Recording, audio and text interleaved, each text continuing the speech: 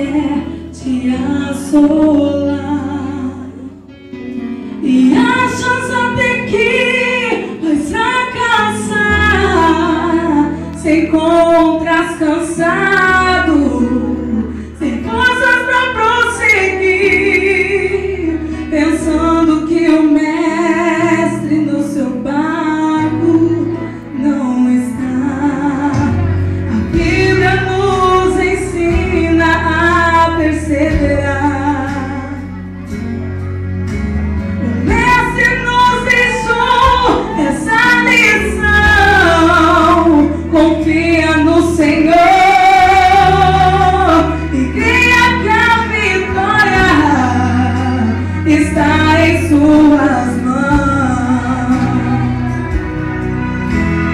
Não desista ainda, há uma solução.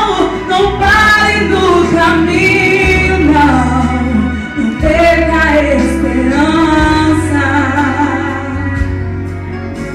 Se o mar da vida agita a Cristo se apresenta e faz ele acalmar.